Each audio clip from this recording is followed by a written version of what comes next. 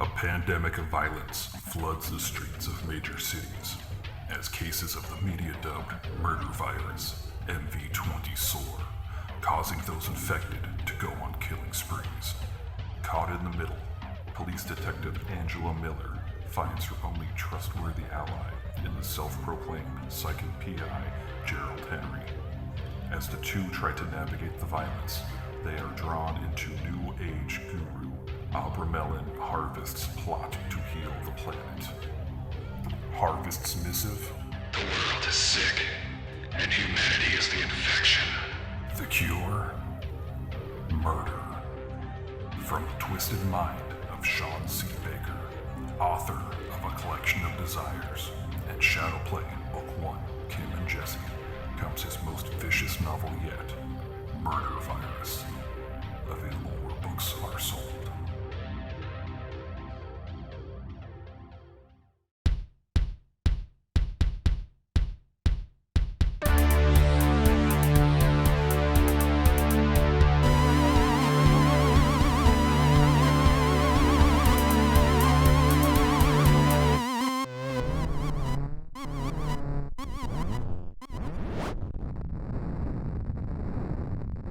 Hello, welcome to another episode of the Horror Vision Presents Elements of Horror.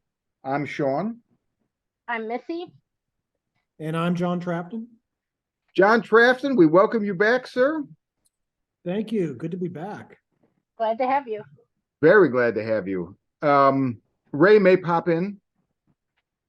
So, John, before we get started, anything you want to like, I know you have the book coming out, which I'm going to pre-order sometime soon, and there's two editions of it, right? So there's like the straight text, and then there's one with the pictures, which is what I'm going to pre-order. Oh, they all have pictures. I believe the Kindle ones are available, or those for screen readings are available in color format.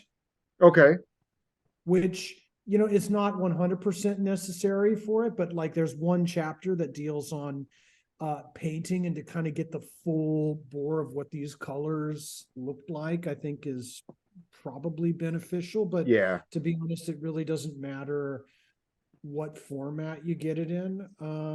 And yeah, not much else to really say right now. I'm in the middle of spring quarter teaching. We're teaching a class in Japanese cinema, and we're just about to watch Seijun Suzuki's Tokyo Drifter next week. Oh, film I've never seen. Yeah, no, it's a good film. Like all of his films are. This is a filmmaker who was kicked out of his own film studio because he made films people couldn't understand. That's interesting. What year was that? Cool. 66, 67. Wow. No, that's very cool. So we are here today I was telling both John and Missy before we hit record, we can't really call this an analysis because I think we all agree one viewing is not nearly enough to do an analysis on Ari Aster's third film, Beau is Afraid. No. I don't know that two viewings would be enough. But we've all seen it once. So, John, you just saw it yesterday. Yeah. Missy, you saw it 3 or 4 days ago? Yeah, last Wednesday when I was off. I saw it last Monday, and it is now pretty much out of the theaters in most places, except, yes! Ray! You still got it. Hey. So, Ray... Hi, Ray. Hey, Ray. Ray, you just saw it yesterday, right? Yes, I did. So is LA down to one screening a day on Beau is Afraid, or is there multiples? Or No, it's one screening, unfortunately. Okay. It's going to be gone soon. Yeah. It's gone here now, as of Friday. So, Yeah, it's gone by me. Yeah, So- when I went yesterday, there was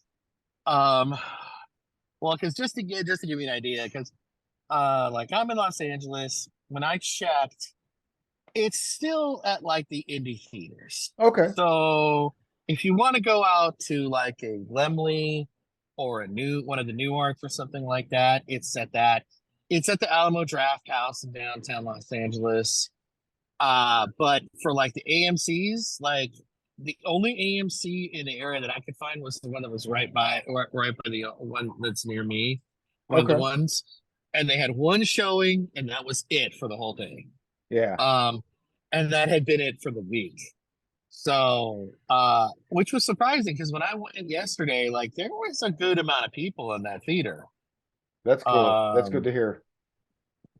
But I don't know. Maybe they're just not. Maybe they're just like they want a packed theater every time. But yeah, I mean, there was a 4 o'clock on a Saturday, and there was a good amount of people in there. You know, maybe a third of the theater was filled. Okay. But yeah. So I mean, it was a decent crowd. That's better than I had nobody in my theater. I think Missy, you said there were Wow. 3 people or 4 people. There were 4 other people. I went on a Wednesday at an AMC. They only had one showing. It was at 6 o'clock. And there were 4 other people. Okay. John, what about you? You And- saw it yesterday, and was it? Yeah, I went to an AMC. They had some pretty decent numbers of showings. I went and saw the first one, which was a noon showing, but it's largely gone from some of the other theaters. I think SIFF, the Seattle International Film Festival Center, was showing it, but only one show per day, and it was a little bit too late for it to work for my schedule. So I went and saw the earlier at an AMC, and it was actually it was pretty well populated. I think like I kind of sense that like word of mouth has driven some of these people to the theater to see this film before it leaves, kind of similar to what we've all experienced. Okay. Yeah, I was just thankful we got it in Clarksville. You know, I mean, I've said before, our Regal's pretty forward thinking, so I'm sure other people did go to see it in this town, but it wasn't going to hang around here for very long. So now it's interesting though. You say word of mouth, and so let me ask you guys before we get into like how we felt about it or whatever. And for the listeners, be full spoiler. Like I said, we can't really analyze this with just one viewing, but this is a full spoiler review reaction. Too damn dense. Yeah, well, yeah, that's exactly. It's too dense. So dense. There's a lot of symbols in there. There's a lot of metaphors. I mean, the whole fucking movie's a metaphor. Man. I mean, did anybody else draw a parallel to Aronofsky's Mother? Because the whole movie, I was like, oh my god, I feel like I'm watching Mother in a way. That's interesting. Yeah, Actually, of. go ahead. I'm sorry. No, kind of. It did. I guess, Sean, I guess I'll just say here that, is it cool if I don't actually have an opinion on the film itself? Of course. But at this moment in time, I have plenty of opinions about individual parts of this movie. Because I've been trying to form an opinion on this film for the last 24 hours, and I just keep coming up dry at this time. And I don't think it's even possible. Well, that's understandable. Yeah, that's understandable considering this movie. There's so much going on. It's so dense that like I think it. I mean, I only saw it I saw less than 24 hours ago myself, and I'm still processing. Oh man, I wonder how much of it I'll finally end up getting. But it's funny because I felt the way. I had a similar reaction to this movie to another movie, and I didn't even realize it at the time, except we went to go see with another friend of ours named Alex, who I told him his response, and I texted it to Sean was "Hello Kafka," and I didn't realize it at the time when he said it, but then later on I got after we went and had dinner, and it hit me that this movie, in a way, like the viewing experience and the how I felt about it immediately afterward, reminded me of the first time I saw Orson Welles' version of The Trial. I I I don't know if you've ever seen it, but I I have have not. been I haven't either. I oh, it's I good. have. I had to search that film out, John, and I was like, because I was an Orson Welles fan when I was younger, and the video was like a good version of it. Like I wanted to get the Janus copy of the VHS, so I had to search for a while to get it, and then I sat down and watched it, and I knew that Perkins was in it, and I was like, oh, I can't wait for this. And then the movie played, and I went, wow, I'm not sure how I feel about this. Like I just thought that was really brilliant and really well made. But I'm so lost in how I feel about this movie. And also like completely what everything that was going on. And I felt the same way walking out of this film. Like, I think I get some stuff, but there's a lot of stuff in there that I'm like still gonna have to think about and process and decide whether it's just a metaphor or it's an illusion or it's imagination or oh my God. Like there's still so much in that movie that I'm just like, I don't know what to think of that. Yeah, I mean, I don't want to just flippantly throw the words David Lynch around because this did not really remind me of a David Lynch film, but I am a little bit indebted to David Lynch here because he's taught me the art of letting go, the art of like not trying to reach for an answer and an immediate interpretation for everything, just sort of how to kind of absorb what you're seeing, play around with it, and then you come to a better understanding of it because. And yeah, so shout out to David Lynch for kind of giving me the tools with which to receive Beau is Afraid. That's a good way of thinking about it. That's a good way of thinking about it. I think it helps too, is if you um because this film is so different from any of his other films that if you've either watched this and you're a little bit lost or you're going to approach this and you're like, God, I've never seen anything else like this, and you don't know quite how to process it, or you're like, or you're maybe interested and you want to see more things that might help you get into that concept or that theme. This is very surreal. Like it's a it's impressive.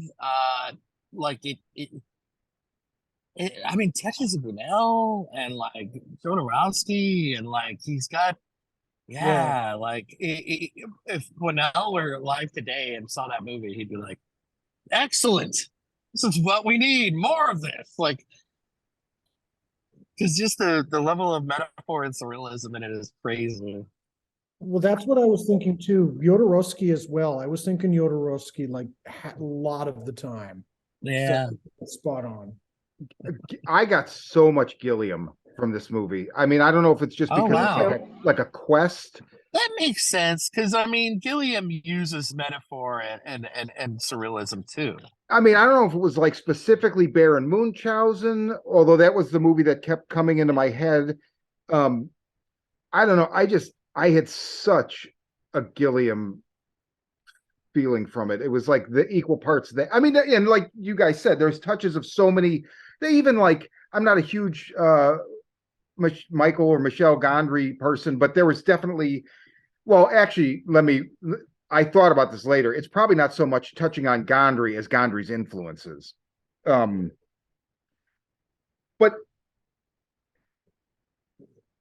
what do you guys, let me ask you guys, and let me start with Missy. Do you think that the name that Ari Aster has kind of made in 2 movies, right? Mm-hmm. Do you think that's going to carry this movie into being something that leaves as big a mark as either of those other, Hereditary or Midsommar? Or do you think this is where, like, you think people are going to be like, and this is quoting somebody who, you know, and it's, I'm in no way dismissing the opinion, but we talked about it. Missy posted in the Horror Vision discussion group on Facebook, and somebody was like, this is what happens when you believe your own hype. And so I'm not invalidating that response, but I didn't feel that way, although I'm going to say I can understand how maybe some people would feel that. But do you think that, I don't know, I don't even know what I'm asking. Is it, Missy, do you think this is as an accomplished movie? Do you think it's more accomplished? Do you think that people are looking at it the wrong way? I personally, I loved it, and it conjured a lot of Terry Gilliam for me too. That kind of frenetic dream energy.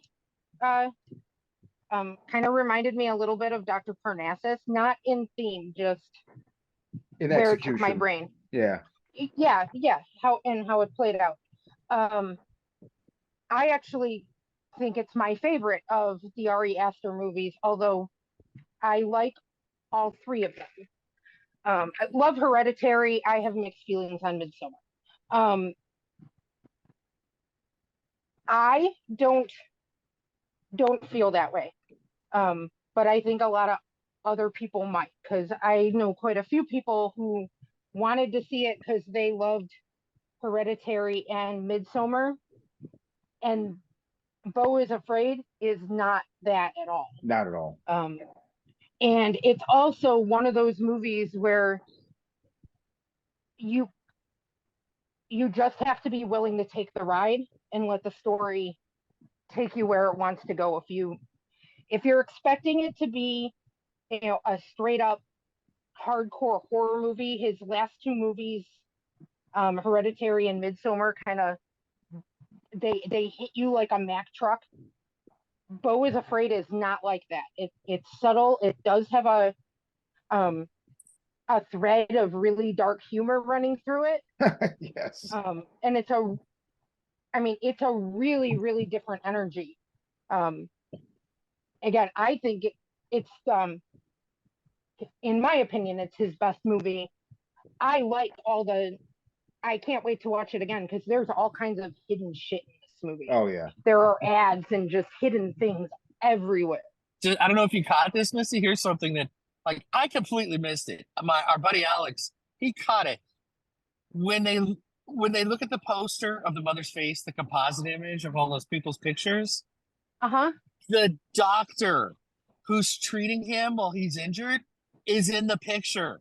Yep. Yeah, Yeah. I saw it too. I didn't see that, and I was like, "How did you catch that?" He's like, "He's there," and I was like, He's "Oh my there. god, I completely missed it." And then afterward, he told me that, and I was like, "Oh my god, that completely changes how I feel about that sequence now."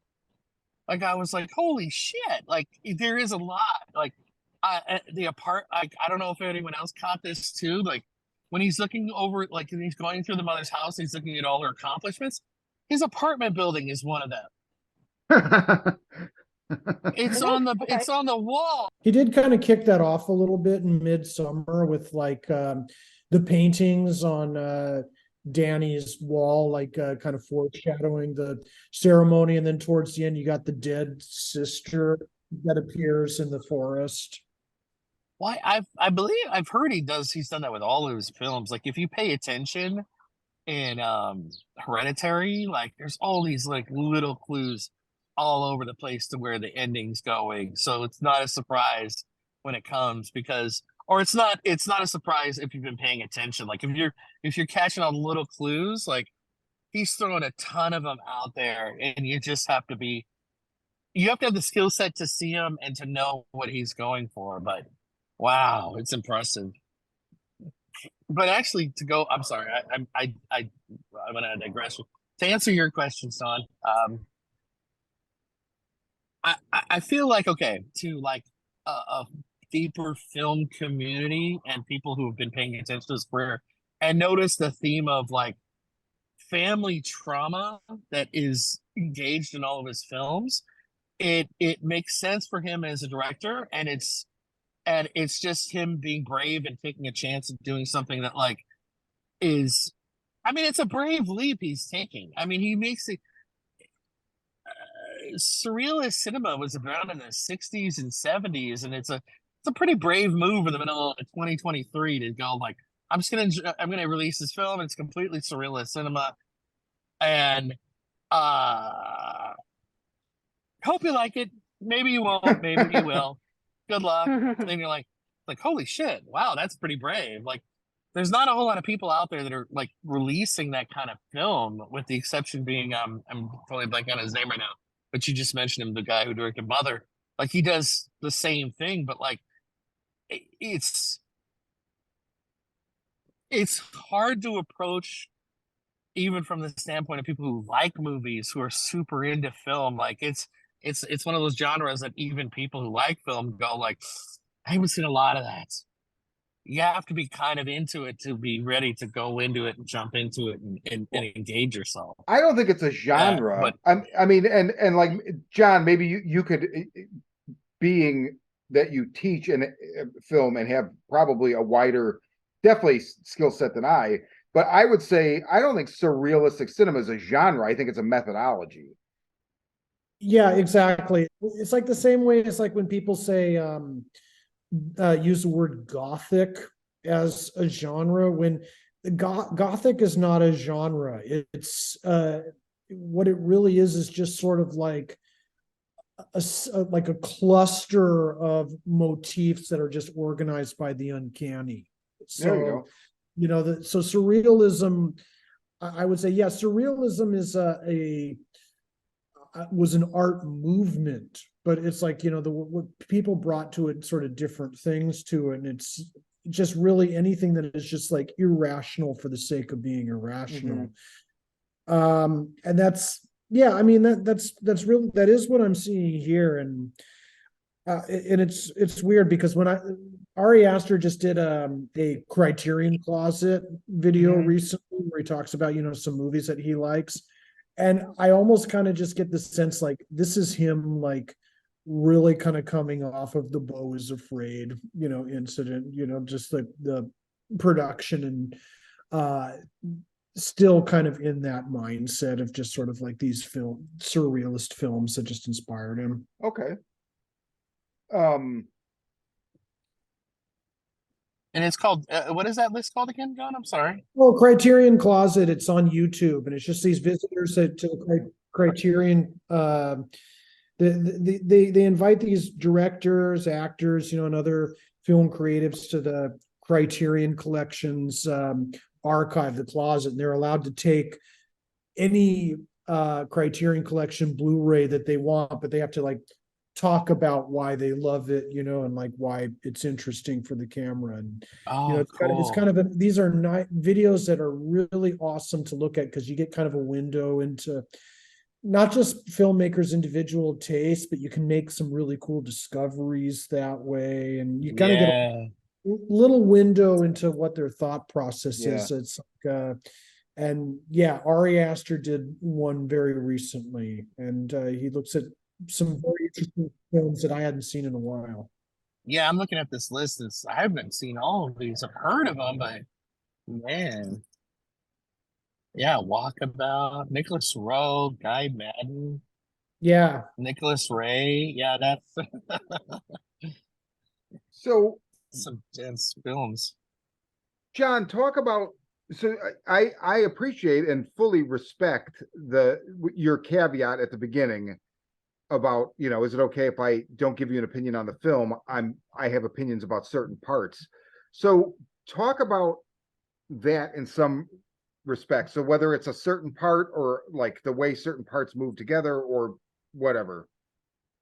yeah, I'll tell you one thing, and it doesn't show up in that Criterion edition, but I was very much suspicious throughout the whole film that Ari Aster likes this Japanese horror film, if you could call it that, called Kwaidan.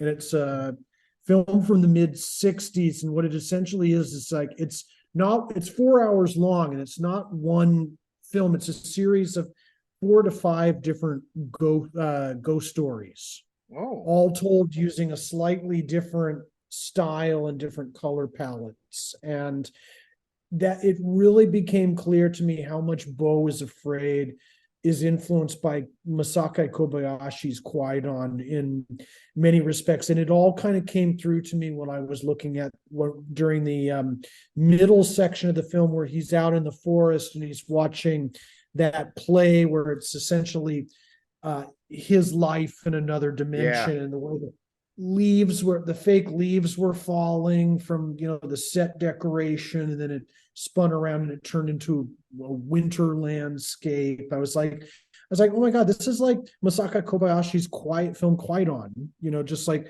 the episodic nature of it all. And so, yeah, it's episodic. It's, no two parts are really alike. There's just like a slight difference, between like Nathan Lane's house and the forest people. And then you kind of, there's like other elements that, you just from each one that just stand out to me. Like, and even some that gets echoed later, like the Erectus Ejectus location is just probably like one of the most interesting set designs I've seen. Oh my God. Oh, it's so wonderful. And you go in and it's like the lobby of Alex's apartment in Clockwork Orange with all the graffiti and the elevator that doesn't work. Just that initial, oh my God. I think the first scene that really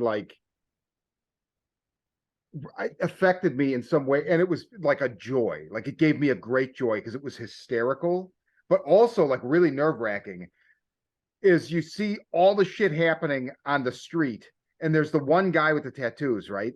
Who's like fucking somebody up or whatever, and you just hear the running, and you don't see him yet, but then you see the look on, and you don't know the relationship, and they give it to you in 2 seconds where he just comes running and it just barely gets to the door. I was fucking dying. I thought that was so funny, but also like really tense too. Cause like, dude, like Phoenix's performance, like he looked like he was scared out of his mind. And then that dude with the tattoos looked like really, really, diabolical. He looked like a demon made flesh. He totally did. He did. I mean, he's just covered in tattoos. He's got the black, what's it called? The black eyes. Tints in his Oh my God. And so, like, he just looks like a demon made flesh, and then he just comes at him, and you're like, "Oh my God!"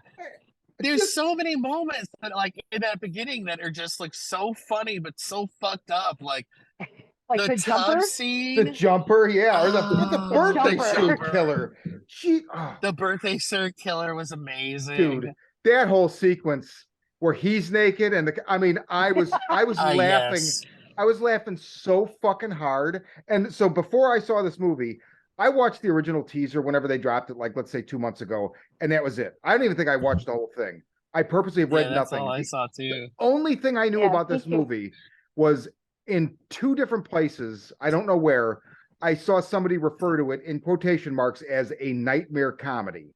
And I'm like, I don't know what that is. I know what nightmares are. I know what comedies are. So I kind of get it, but I don't.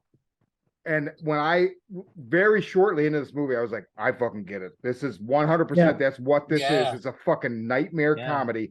And it was so fucking funny. Like, I have not, the only thing that trumped that scene with the naked Joaquin Phoenix and the naked killer and the cop was the scene where the daughter of Nathan Lane's daughter was drinking the paint. Like, I couldn't stop laughing. I thought I was gonna piss myself. Like no joke. This is not an embellishment. I was seriously laughing. The only times I've laughed that hard in the last 5 years, there's an episode of Barry in the 2nd season with a little girl that's like a ninja or something, and the South Park Pandemic special. Those are the only 2 things that made me laugh to the point where I seriously was like, dude, I could die right now. I can't breathe. That's funny. Oh my God. I was also. There was me and a girl in the theater who were laughing. She was sitting right near me, and we were like the only 2 people laughing. But it was like, oh my God, this is too funny. Oh, dude, when the lights came on, you should have asked for her number. The tub scene. The what scene? The tub scene. The tub scene was so. Oh my God. The spider and the yes, and the basketballs that Joaquin Phoenix is carrying between his legs. And which is so funny how that's handled, because you just get the littlest glimpse when he gets into the tub, and you're like, oh, that's weird. And then later when he's like, he's never ejaculated. It's such an understated punchline. Like, I like if you weren't paying attention, you missed it completely, right? Oh Yeah. my God. Who would have thought looking at the severity of Midsummer? I mean, Yeah. Hereditary, I saw that movie, I was like blown the fuck away, but also like I'm like, this is a severe fucking movie. There's like a level of empathy and like horror that is just bar none. Then you see Midsummer, and it's like I still say the opening of Midsummer with the family, the way that her sister killed her parents, Yes. anybody else that would have been laughable. It was just such a cockamamie, like just such a ludicrous idea. But I mean, it was one of the most horrific things I've ever seen. And the whole movie then it just brutalizes you. The whole fucking movie, right? So Yeah. who would have It's thought dark. that he'd be It's this dark. funny? Like, are you serious? I can't even believe he's this funny. He's a really funny guy. Like, holy shit. Oh, Well, I think it's just the kind of dark humor we respond to too, because there were 4 other people in my theater, and it was dead silent. I was laughing so hard I couldn't breathe, and nobody was making a sound. did they all like wait for you to leave when the lights came on? They're like, let's Yeah, let her I go don't know. first. Oh my But God. I mean, I think it was definitely funny. And the one that got me is when you see the mother's corpse and it has no head. Oh, I started laughing at that too. Oh, dude. I started laughing at that That too. was I was so like, funny. come on, are you fucking kidding me? Like, I think I literally said out loud, are you fucking kidding me? Like, I was like, I can't. What? Oh, That's dude. such a good show. I mean, because there's no way in any reality that, like, unless it was a special, bizarre request, like when a head's missing like that, Closed they're gonna casket. cover the body. It's a Closed closed casket. casket. Closed casket. There's no way they're gonna be like, here's the body. No head. Sorry, it obliterated. Like I was like, what? Like I just started laughing at that. Oh my god. Speaking Oh, of which, did any of you know that Bill Hader was the UPS Yes, man? I I suspected. I'm like, is did. that fucking Bill Hader? Yes, I kudos to thought it him. sounded like Bill Hader. Because I think Much you didn't. I couldn't tell from his voice. I couldn't tell from his voice. But then there's that one shot of him from behind where it's like not quite like just see the side of his face. I was like, oh, it's Bill Hader. Okay. I didn't realize I didn't catch that, but I was kind of shocked by the I forget the name of the guy who plays the mother's attorney. Um because Oh, I recognized the voice of the actor, and I was like, no, that's not him, is it? Is that him? And then at the end of the movie, they showed him, and I was like, oh my god, it is him, because he's usually like a comedic actor. Richard Kind. Yes, and he's so cruel in this, and he's normally just like a big teddy bear in movies and shit. Like Richard I've Kind. never seen. Mm. Yeah, I've Um, never seen him be like that kind of like act like that where he's just cruel. He's just mean spirited. And I was like, Jesus, like that's impressive. Like he blew me away because I'm so used to him, and I'd seen him in comedies, and he's usually kind of like either like a fumbler or like just like kind of a teddy bear. And like to see him in that movie, I was like, wow, that is Richard Kind. Holy shit. Like he surprises me. He gets performances out of people that, man, yeah, you definitely. don't see anywhere else. Fucking Nathan Lane. I think the Nathan Lane, I guess if we could talk about the Nathan Lane part, I thought a lot of people thought the forest people was the weakest part of the film. I actually I love that thought part. the Nathan Lane part was weaker than that. Okay. If I had to Mhm. rank them. Right. I could see that. I mean, that's one of the reasons I need to see it again. It's just because by the time you get to the end, I want to see the beginning again so much because it's changed so much, and now I want to be able to juxtapose the whole like dystopian cityscape with everything that Yeah. you see. Because you also I love this kind of fiction where they don't give you the state of the world at all. So you're left to, I mean, when you first I don't know how long you're into the movie until you get to that part where he goes to his apartment, and then it's like, oh, so is this like a dystopian? And it just all the like weird ads and oh man, again with the Gilliam.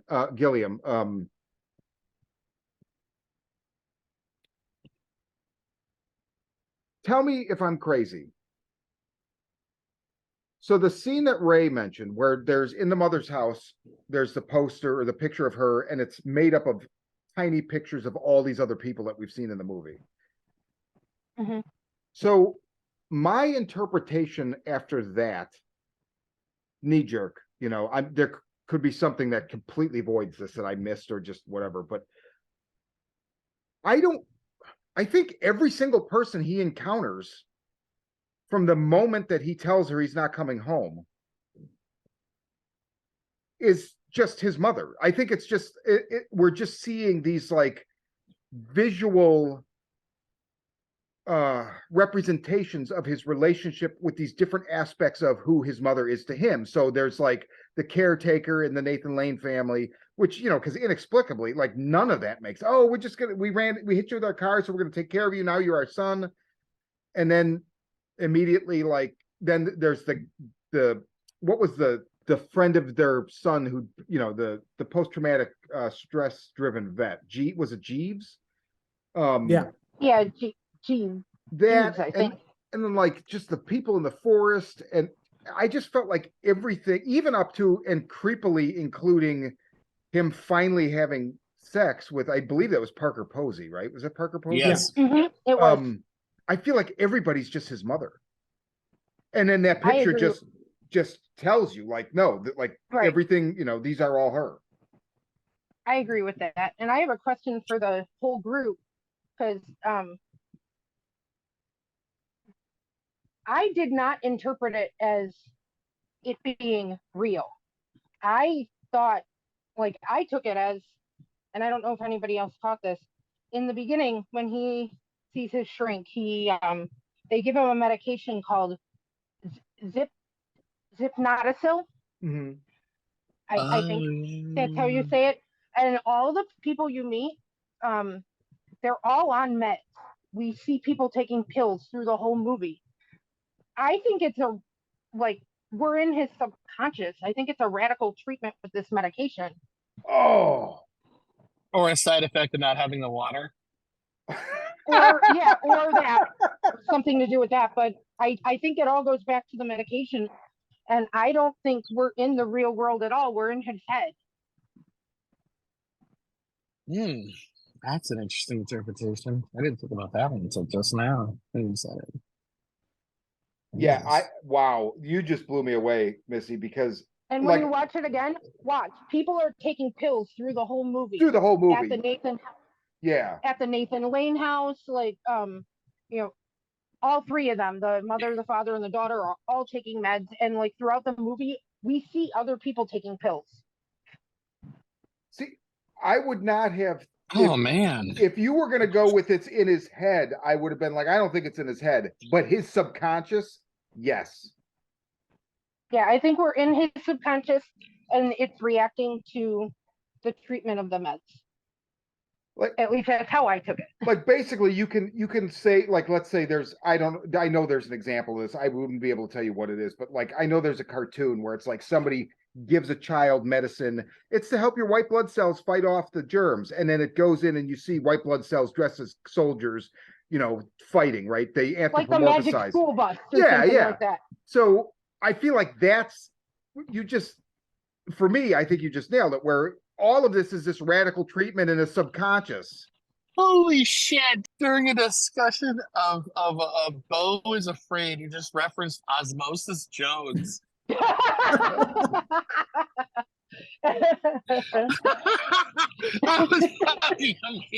What better place to reference? Oh my god. That's amazing. Wow. I gotta think about that, Missy. Because one of the things that hit me was, follow me on this for just a moment. So if the apartment building is owned by the mother and the credit cards she supplies the money for them because they're then they because I'm pretty sure he doesn't have a job, so everything, all of his income, I think, is coming from her. So if she's paying for if the apartment building is owned by her, and everyone else, everyone that he seemingly runs into, except maybe the forest people, but everyone else is an employee of his mother, then one of the things that I thought about was including the conversation at the end, and okay, there's no other way to say it. The big spoiler for the ending, people. The father cock monster reveal. Mhm. My thought process on that was, okay, come on. Was the father really some cock monster? And I thought, no, if if his whole life in a way is, if his whole existence is his mother getting back at his father literally for his birth, and for her blaming the father for getting her pregnant and then her having the child, and her having to raise the child and then being upset at him, then the father appearing as a cock monster makes sense, because to her he would be a cock monster. Does that make sense? Yeah, it makes sense. And that Okay. I think what he sees is what she wants the father to be, and not necessarily what the father was or is. Yeah, Mhm. yeah. And that, and even the like other version of him trapped, or his twin, that's a weird moment too. Trapped with it is, maybe she had two sons, but she's like, that's a hard question to No, answer that's too. just the part of But him that, that refuses to accept her rule. maybe, and that, but that like she like she's literally, her existence is almost defined by punishing this person that came from her, from this person. And the father, obviously there's a strained relationship something there with the father, like with the fact when he doesn't die, and the whole weird concocted story of how the father died is forced, that like it makes me wonder, like, if it's just her blaming this kid, blaming her son Beau for his existence, and then making sure to punish him for his existence. Yeah, Yeah. I think that checks out. Yeah, I agree with that. Yeah. I mean, just because I've known people who literally have had parents where, like, I'm like, ooh, why did they have kids? And like you hear like, oh, they were gonna break up or something like that, and you're like, ooh, and like, I'm not trying to say like nobody, someone shouldn't exist, but there are certainly people, unfortunately, who have been brought into the world whose parents made poor decisions, and like to Yeah, try and save a marriage or something, and then like once they got there, like one or both of the parents just never knew what to do with them, yeah, or resented. because they were trying to just save a relationship. And Yeah, when the relationship went south anyway, they now just look at this kid who's there and go, hey, so do you want like a candy or something? Because I don't know how to parent you. Like, what the hell? Like, it feels like that's what's happening here. Like, she's constantly saying to this kid, like, how come you're not showing me how much you love me? And I'm like, thinking, like, because that's not usually the child's job. That's the parent's job. well, she didn't get it from the father, so she just expects him to be a validation machine, right? Like, There you go. Yeah, that's a good way essentially, of putting it. and that's like Yeah. that's a common thing. Like, Yeah. I know for a fact of many instances of that, and I can't really say any more about. It's not anybody that I know directly, but like, yeah, that is a common thing where it's just like, I'm just having this baby because I need somebody to love me. Which, I mean, is okay, fine, like to a degree, but Dark it's but true. dark, but true. But at the same time, that yes, that is the job, a family, right? You love one another, whatever. But that can be like lopsided, right? It's not just a love generator Yeah. that you just, um, John, I don't know. Give me something else.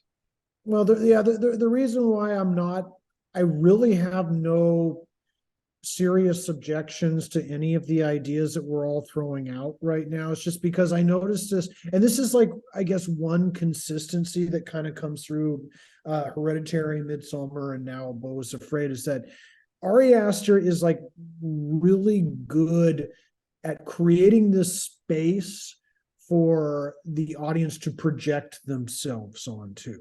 Like, and also one thing, I guess this is about like really the first episode of the film, set around the city and the apartment and everything like that, which is that like it kind of reminds me a little bit about this conversation we had about Alex Garland's Men last year, where the trailer kind of made the film out to be like just this sort of horror film about these, what Stephen King calls national pressure points.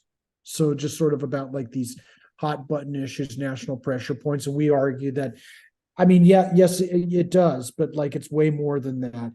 It's the same thing here, with Beau is Afraid. That first trailer just sort of made me think, oh, this is sort of just about national pressure points, about crime and poverty and homelessness and what have you, just sort of like a lot of the issues that are driving anxiety through the media machine. And like, in a way, that's like only just kind of the tip of the iceberg with one episode, I noticed. So it's like just another case of just how deceiving the advertising campaign was. So that's a very good point. Let me ask you this. Let me ask you to expand on that, perhaps, in that hearing you say that, it makes me wonder, and I'm curious if you think that this is malarkey or if maybe not. Do you think that it is a commentary on those national pressure points by starting with that and then transcending it by kind of commenting on them in a way where it's like, yeah, like this is a surface level, I don't want to detract, like some of these are serious issues, right? So I'm not saying that, but there's a lot more behind, because like you said, the media machine. Yeah. So do you think this is maybe a commentary on that, the media machine? For starters, I think that was like a good in for the audience. I mean, it would have been really frustrating and annoying if that had been what the whole movie was about, and which is a moot point anyway, because Ari Aster wouldn't have gone, I think, is smart enough to not go down that point, and did not anyway. Yeah. So, I think that was kind of, I guess, like I guess it kind of goes hand in hand with like the way his films are this sort of like projection machine, blank canvas space. And it's very, and so, and that was, which I guess that's kind of why he started out with those particular national pressure points, and then moving on to another layer, then another layer, and then until finally we're kind of at like the seventh circle. I like the seventh circle. I like that a lot. Hearing you say that, it just made me think like the mother is so all pervasive in this. Like, I almost wonder then also, is that a lens to kind of indict without having to really like focus on it for the whole movie? Like the media machine, like he obviously gets everything from one person.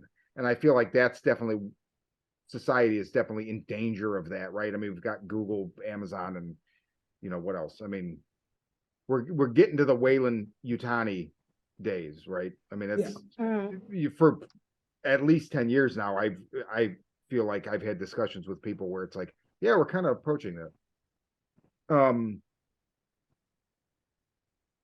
All the ads in the movie, all of them are from MW Enterprises or whatever it is. Yes. So they're all his mother's company. And if I'm not mistaken, MW Enterprises is also listed as one of the producers, or not like, so when a movie starts, you get all the title, like you get all the logo sequences for everybody that helped. Like, so for instance, I just springs to mind like J.J. Abrams has Bad Robot. So if J.J. Abrams makes a Robot. movie, you might see Warner Brothers logo followed by a Bad Robot logo, followed by whoever else put money in, right? Because now it's the MW was was listed. there? Yeah, I believe there was a. So Okay. I mean that then is like a big meta thing where it's like, oh, like she's even had a That's hand in cool. producing the movie. Which makes sense because I mean, if we're in his subconscious, all of his psychoses link back to his mother. Yeah. I don't know what I expected from this movie, but I did not. I mean, there would be no way to expect this, right? I don't think I expected anything. I mean, I just saw that one trailer when you first saw it, and then I avoided everything else. I had a feeling it was going to be one of those movies where you just had to take the ride. Yeah. And it had been a while since I'd seen the trailer, and I'd heard a lot of people saying exactly that. Exactly Okay. like the classic go in with no expectations Right. conversations that you've probably heard a million times. Well, and I was just reminded of that this weekend because Joe Bob showed Tigers Are Not Afraid on his show The Last Drive-In on Friday. And I had seen that movie once before. And my initial reaction was lukewarm to it.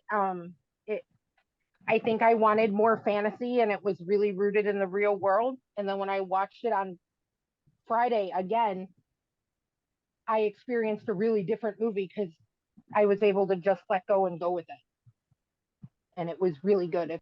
I don't know if you've seen that one, but if you haven't, you'd probably love it. It's a phenomenal film. And it is. I'm so excited that director, I'm blanking on her name, is doing the next season of True Detective. I'm so fucking. Issa something. I'm Issa so Lopez. fucking yes. Issa Lopez. I'm so fucking excited for that. Oh my god. Yeah. Um, I think you might have mentioned that to me a while ago. If not, I had forgotten, but I was happy to hear that too.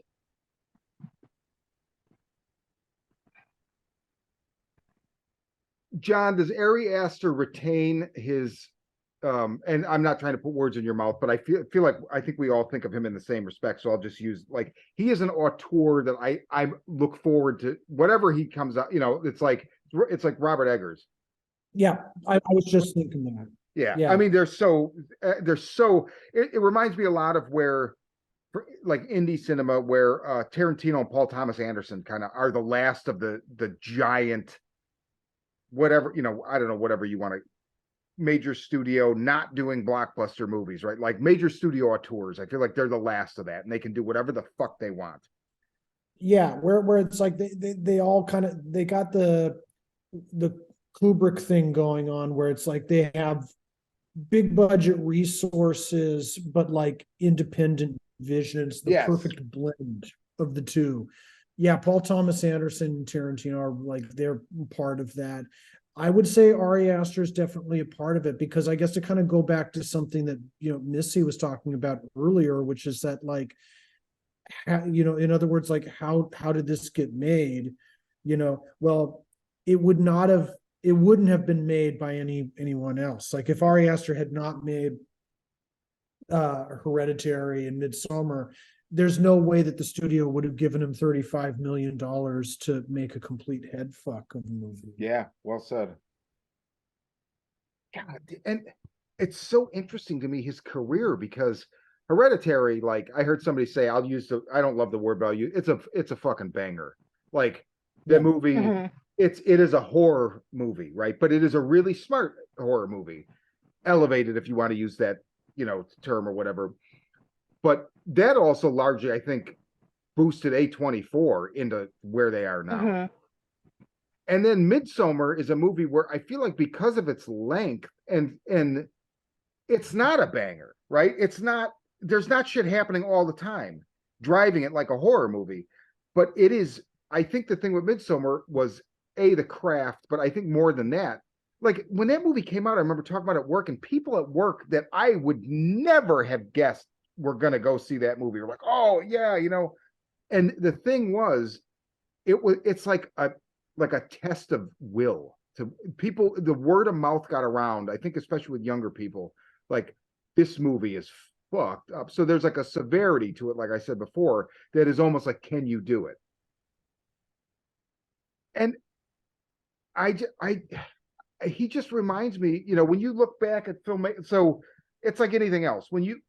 I always go with the idea of music is just an easier language for me. So like Led Zeppelin, when I got into Led Zeppelin, they were done, right? So there were older guys that's like, I fucking hate Presence. That record blows. I like Presence. I like Led Zeppelin 3 and 4. I like them all. And I can appreciate the arc between the overarching evolution of the band over time.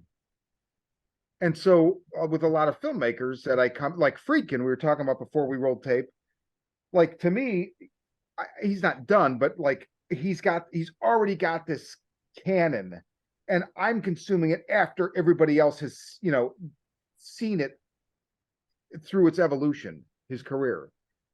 So we're seeing Ari Aster, and I think people are going to be dismissive now of a movie like this.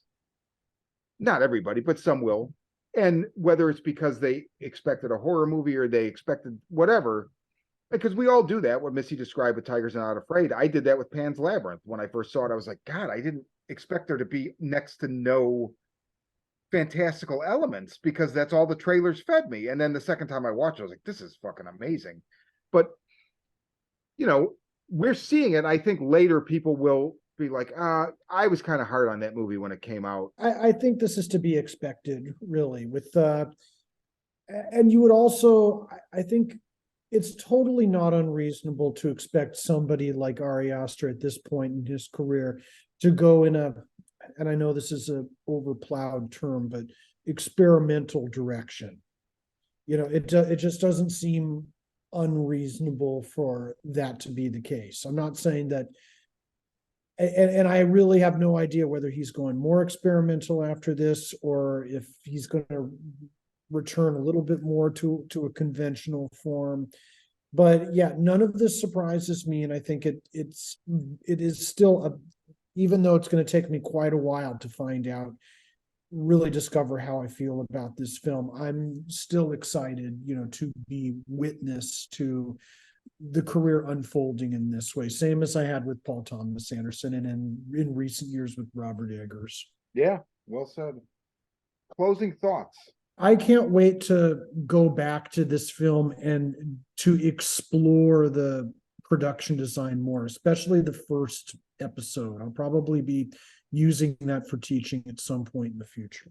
That's cool. Yeah, that's awesome. I just look forward to watching it again and seeing, how this story changes as I discover more things that are hidden in it.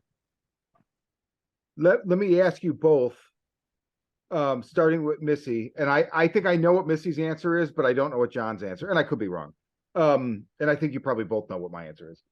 If tomorrow you finished everything you had to do and you had the whole evening open and you're like, I'm going to watch a movie, and you fired up whatever, streaming, whatever platform, and you saw that Beau is Afraid is now free and included with one of the channels that you have, would you be like, oh, I'm fucking watching that right now? No. Oh yeah.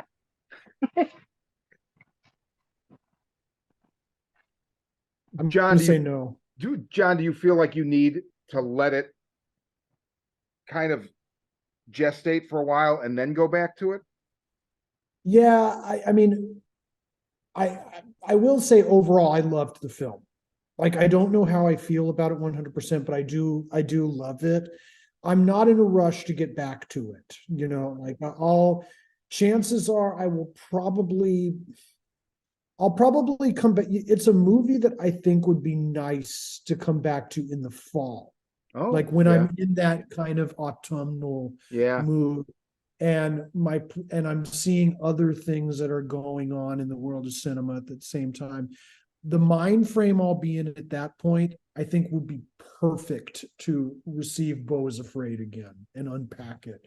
It's right now it's a little bit too soon. Maybe during the summer I might check it out. I definitely think I would watch it, but I'm also, you know, like when I watched Southland Tales the first time, the minute it ended, I started it over because I was like, I don't think I like this movie. And like Donnie Darko, I like that, you know, I didn't have, if you had asked me before I'd seen Donnie Darko the first time, what's your favorite movie? I'd be like, you can't, I don't have a favorite movie. I can tell you movies that I love, but the moment I saw Donnie Darko, I'm like, that's my favorite movie. And it still is. So a movie like Southland Tales, or another one, Guy Ritchie's, what is this fucking movie with the guy from Outcast? Oh, Revolver.